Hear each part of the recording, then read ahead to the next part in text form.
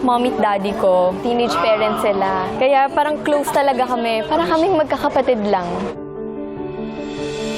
Si mommy po, pinanganak niya po ako nung 15 po siya. And si daddy po, 17 po siya nung time na yun, kuya. Nag-struggle po sila nung una kasi syempre, hindi naman po sila nasa tamang age pa nung pinanganak po ako. So, isa rin po sa dahilan kung bakit po ako nakapag-school. Tinulungan po sila nung lola at lolo ko. Ipalaki ako habang nagsischool po yung parents ko, kuya.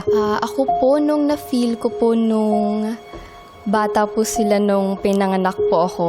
Grabe, parang nalungkot po ako kasi kung iisipin ko po na kung ngayon po, 16 po ako, tapos may anak po ako, parang hindi ko po ma-imagine kung paano ko po may pagsasabay yung school ko, ganun.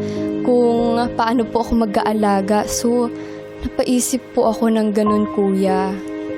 Naging proud po ako sa kanila. Hindi po sila nag-break, kuya. Naisip ko po na meant to be po talaga sila. Wow. Tapos natagdagan pa po ako ng isang kapatid, kuya. Napansin ko, parang watery yung eyes mo. May dahilan ba?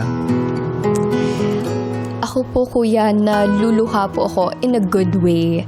Kasi happy po ako para sa kanila, sa family po namin. Happy na po ako sa kung anong meron po ako sa family po na meron po kami.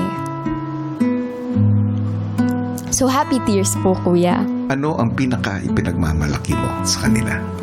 Na pinalaki po nila ako ng maayos.